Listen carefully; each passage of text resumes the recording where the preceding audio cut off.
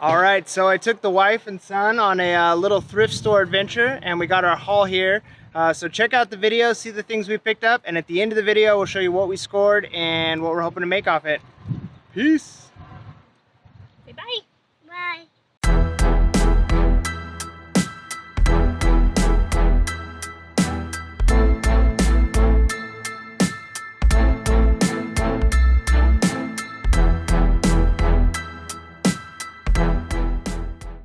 All right, so it's been a few days since we did our family thrift store haul, and it was a lot of fun, but it was not exactly what we were expecting, to say the least. So typically I go to this thrift store maybe once every couple months, and I would go on a Saturday if garage sales aren't very good.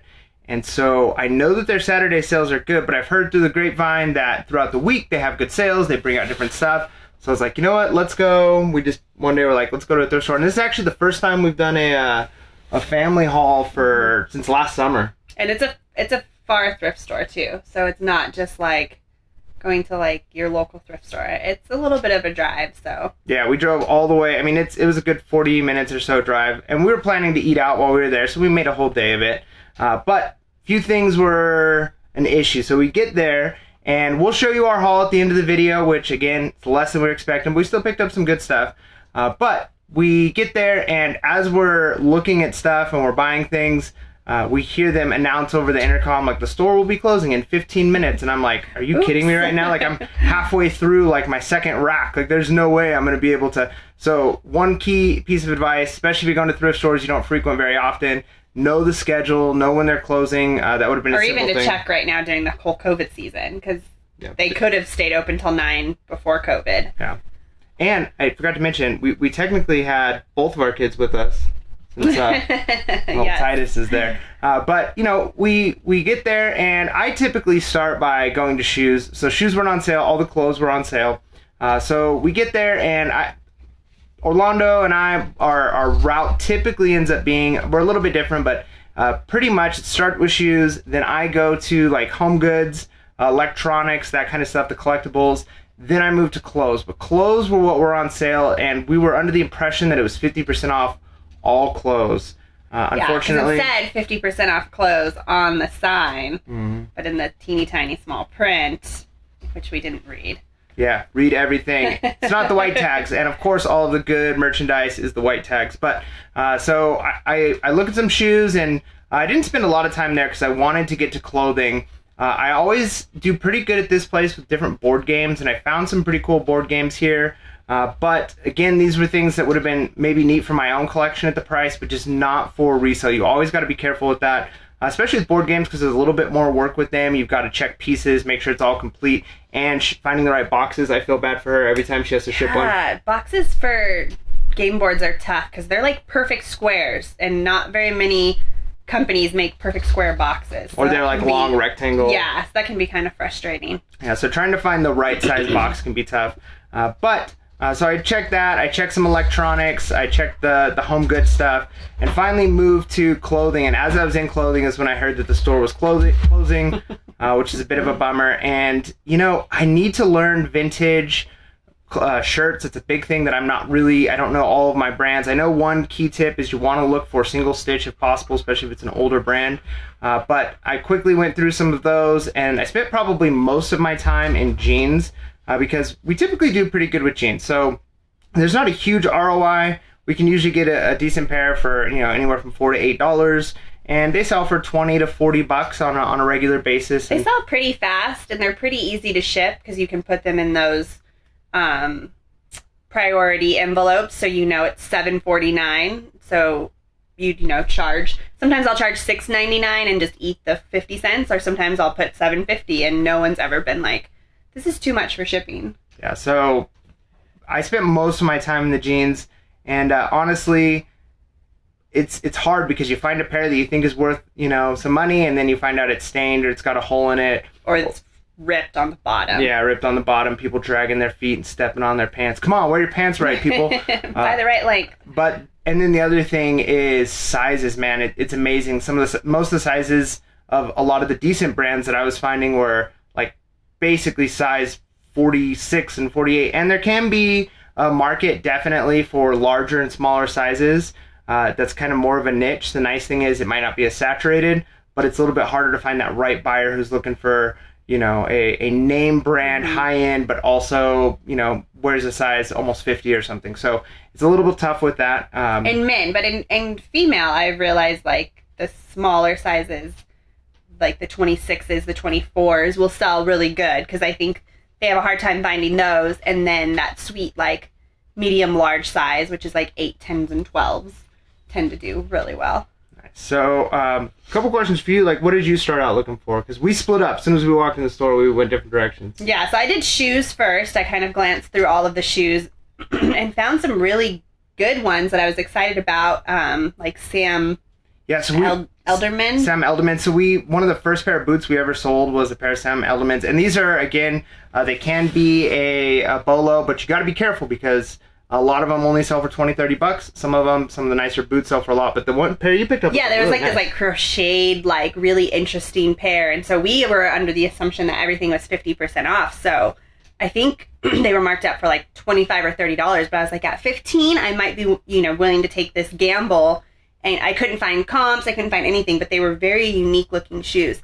You put those back though, right? I put them back, yeah, because when we realized it was only It's a gamble. All the tags but white tags, and of course all the shoes were white tags. That's the bummer with this thrift store is they do know their labels, so all of the like high-end labels and stuff were white tags, so they weren't on sale. So I wasn't willing to gamble $25 or $30. So I did the shoes, and then I wanted to go straight into clothes because I was thinking 50% off all the clothes. This is great.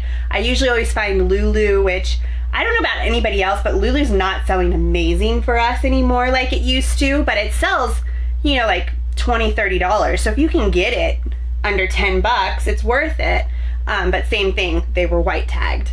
And so it was like $14 to $20 a shirt, and it just wasn't worth it. But I knew that they always usually have a really good section of it, so I went there and kind of grabbed all that stuff. Now here's the real question though. What's the secret for thrifting with a child? Because we've got a almost 4-year-old, 3.5-year-old, and when I found him, he had some interesting toys in the cart. But what are some of your secrets when you've got a little one? Yeah, so in the very beginning, he kind of enjoys like when I find a pair of shoes, if I hand them to him and he can like chuck them in the cart. So that's fun for a while. It distracts him for a little bit. It's not something I extremely recommend. I mean, if you have a babysitter or someone you can switch kids with or something, I would probably say that's better to do. But the other thing I try to do is I take him to the toy section and usually let him pick some kind of obnoxious toy that makes noise or like does something, and he literally will sit in the cart and play with it the entire time that we're thrifting. Sometimes he gets bored of it and wants something else. I think there was probably a time when we were thrifting that he started to throw a little bit of a fit because he saw something else. And it's hard because he's 4 and the most obnoxious toys are like the infant and baby toys. So I don't really want to take them home. I just kind of want him to play with it in the store and then go put it back. But sometimes I'll throw fits and he wants it to come home. Yeah, it comes home and then eventually makes its way into the trash. And you got to be careful with thrift store toys. It's a little bit grimy and gross, but the nice thing is, we always carry some hand sanitizer in our bags nowadays, and just give it a little wipe, hand it to your kid, let them play. And he found some fun stuff when I first ran into them again as we were getting ready to check out. He's got this crazy Barbie guitar, and was has playing like a with that. headphone and Yeah, they'll have the whole thing on. So we ended up switching it out with another guitar, so it was fun. But without further ado, let's check out our haul and see what we picked up. Okay, so like we'd mentioned, we didn't get a ton of stuff. We actually had a ton of stuff in the cart, and I was so excited because I felt like our clothes and our inventory is getting kind of low, and so I was like, this is going to be a great stock up. And then I think they announced it over the intercom, or we actually saw a sign that was like, everything is 50% off except white tags. So I would say 85 to 90% of the stuff I had in the cart was white tagged. And it was one of those things that if I got it for 50% off, it was going to be great, but full price, it wasn't worth it. So this is our haul. It's kind of small. I went ahead and stocked up on a few jeans because we seem to be running low in our inventory. Lucky brand jeans sell great for us, especially men's. So these were $10, and I usually can flip them for about $40. And then, like I said, you just put in that priority mail price for the shipping, and these will probably be sold, I would say, within a week or two. And then the rest of them are just ladies jeans. So I got another pair of Luckies, but they were only $5.99, so we'll probably sell them for about $25. So it'll be an easy, probably fast flip too. And then some True Religions, they were half off, so they were $10. I would have not paid $20 for them.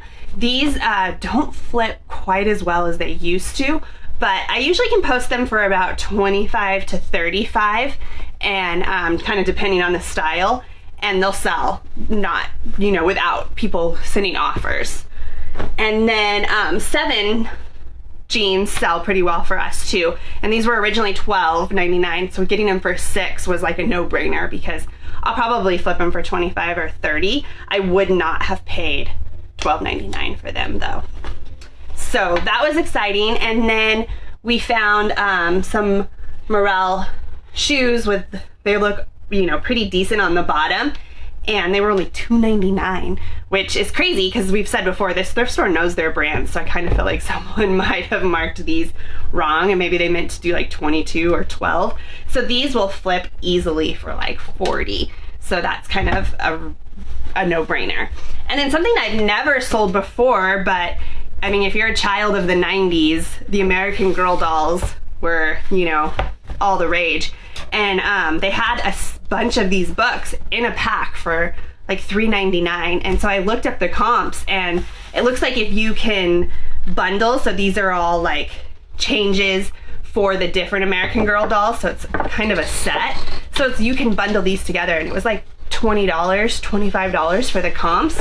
And then this is actually like a hardbound one, so we can probably get 10 or 15 for these, because these are actually the original American Girl dolls. Now, in like, the girls have all these different kind of dolls, but these ones were the ones that were original in the 90s. So I'm kind of excited just to test the waters and see how these go, for the simple fact that I actually have this collection, so I might be pulling it out and selling it. And then I have friends who also have this collection, so if it's a good seller, there might be something there. So that's it. That's all we picked up. 40-minute drive with a 3.5-year-old, but we had great family time. We went to dinner, so no complaints. All right, guys, so as always, make sure you're real, relevant, and reselling. Let us know in the comments below what have been some of your thrift store disasters. How is it thrifting with family? Do you got any tips? And we'll see you next time. Bye. Peace.